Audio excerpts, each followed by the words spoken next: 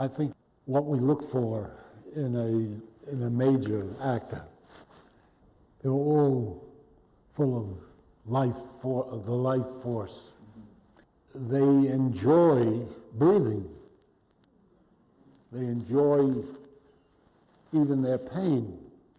It's a kind of participation in the joy of life. It's the ones who don't quite achieve that aren't the stars, that aren't the significant actors. We go to the theater to stay alive, finally, to celebrate life. I remember Lee Cobb, who was the original Willy. I didn't know Lee when Kazan cast him. And when I met him, he was this big, fat, lugubrious fellow. And I had imagined the character to be a little guy full of ginger, one of those little salesmen who more or less like a squirrel. And here was Lee looking like a big beef. And he came to my house once before we cast him because he was desperate to do the part. And my son Bobby was a little boy playing on the floor. And at one point Lee looked down and Bobby had done something funny. And he laughed, Lee did. And in that, it was a real hearty laugh. And you wanted to just burst out crying. Because it was so filled with sadness. And he was very funny. He could be very funny. But while he was being funny, he was dying in front of you. And I knew that that was Willy.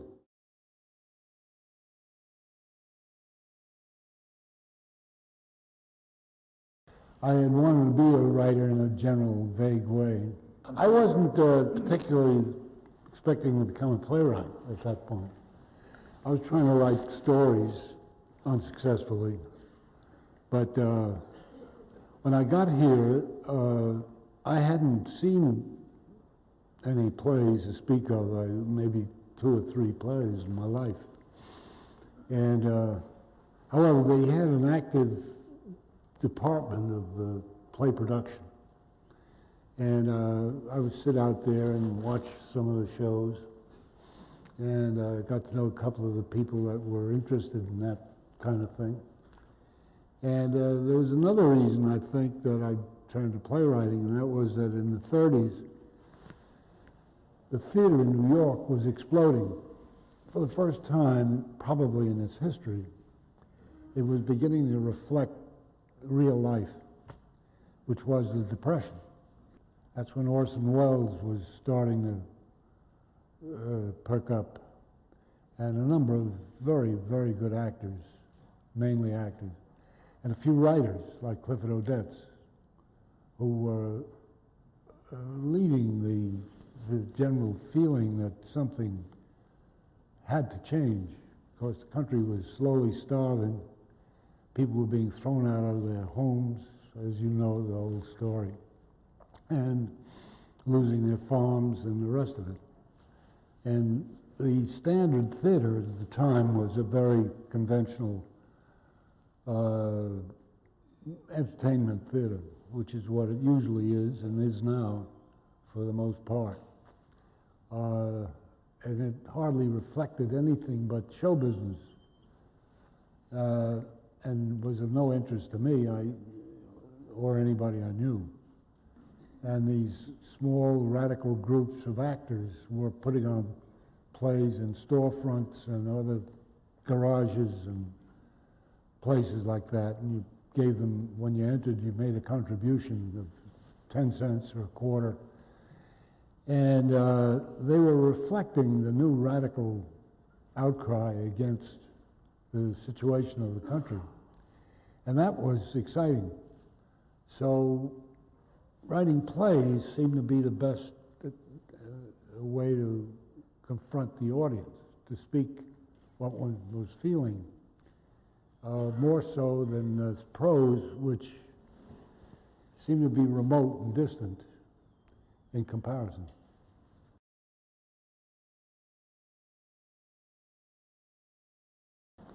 You know, what the Depression was a crash of accepted values. For probably a half a century before that, one could say there was a stable set of values in the United States as well as in Europe.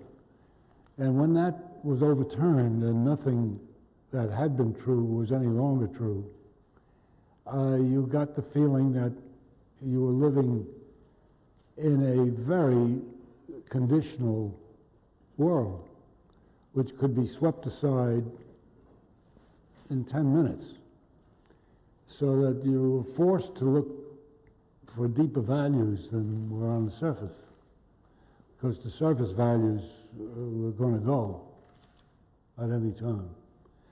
And I think that's what the Depression meant to me, as well as to a lot of other people. Of course, the fathers are the carriers of the past. Their fathers are the authority, or were. And consequently, the struggle with the father becomes a struggle with the society. And it's reflected in my work a good deal, or in my earlier work anyway.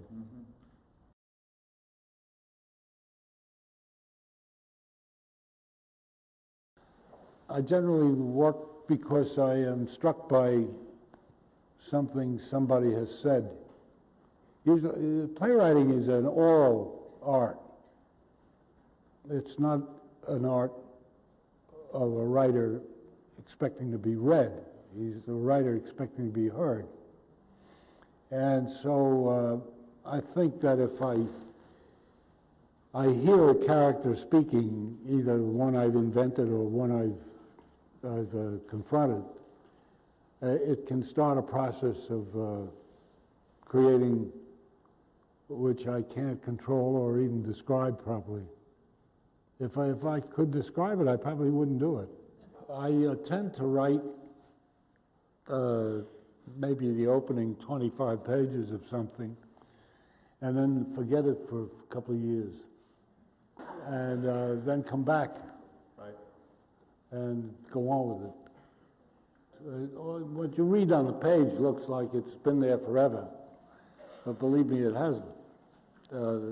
It's always a struggle to find what you are looking for. And certainly the theater, the play is as much rewritten as it is written.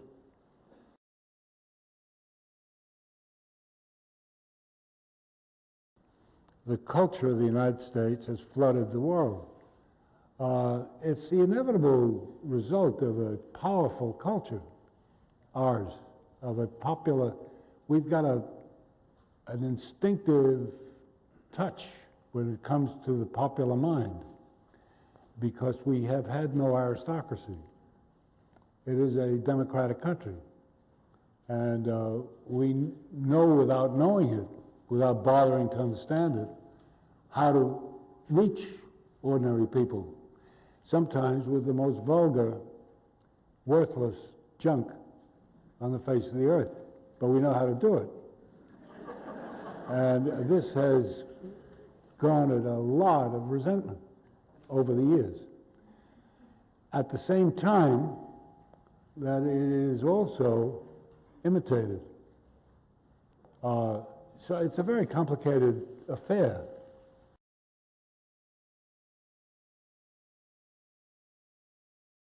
I've had battles of my own with the culture. For one thing, I don't think that the theater is necessarily only about entertainment. I think it's entertainment that reaches the soul, the spirit. I don't think there are very few instances where a work of literature or art or drama or anything has actually changed the behavior of people directly. It's a very rare, unusual thing. All you can hope for, I think, and what you try to do is illuminate something so that people can make up their own minds based upon the reality of the situation rather than the mythology. And if one can do that, it's enough.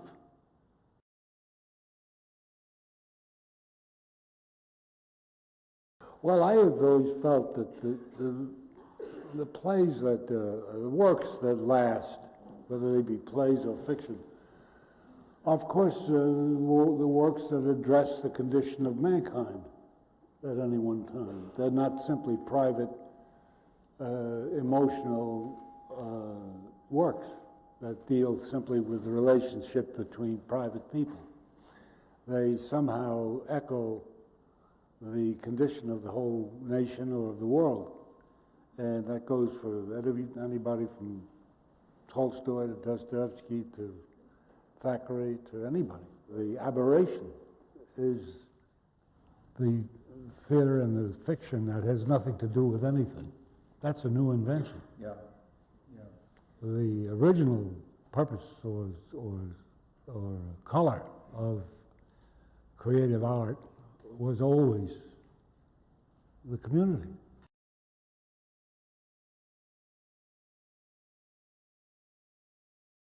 Whether we can hope to ever have a theater based upon the art that is at the same time reasonably popular so that it has a sizable audience. I don't know the answer to that at this point. There is no, I think the theater now is struggling with the television and film. People go into the theater now hoping that they'll get out of it and go into movies, because that's where you can make a killing and that's where you can become famous. And the idea of developing actors, writers who want to be actors and writers for the theater is, I think, diminished a great deal. And it's a question, really, whether we can continue to create new plays and new productions and new actors and so on with next to no public support. You know, every theater we look back on with any respect was a subsidized theater, starting with the Greeks and Shakespeare and Ibsen and the rest of them. The idea of a private theater for profit is a very recent idea.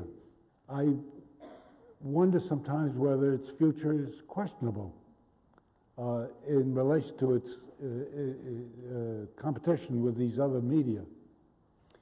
A decision would have to be made by the society that they want this to happen, that they feel there is a value here which is transcends profit and loss.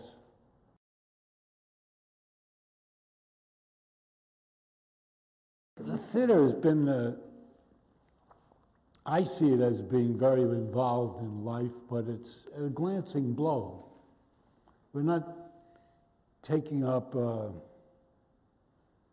issues so much as just dealing with personal feeling, I think. Yeah. I think if, in the long view, which I'm burdened with, things have gotten better. That doesn't mean they're good, but it's gotten better. But I have a sense that our literature is more and more filled with socially relevant work than it was years back. Mm-hmm. I think we're on a good track. Yeah. In that respect. The escapist notion is always there. People want to get out of their troubles and they'll read some story that takes them away from life. Mm-hmm. And that's okay. But there's been a lot of literature in the last years that I think is relevant. But there's a long way to go because we have come a long way with the wrong feelings. And to live down those feelings or integrate them into our hearts and change them is not the work of a day or of a generation, but of many generations. The only good thing I can say about it is that as crazy as this country is, and it certainly is, it's got a chance because of the craziness, because we're not definitely locked in by law to one course of action. We're capable of learning under this system, and that's a great hope.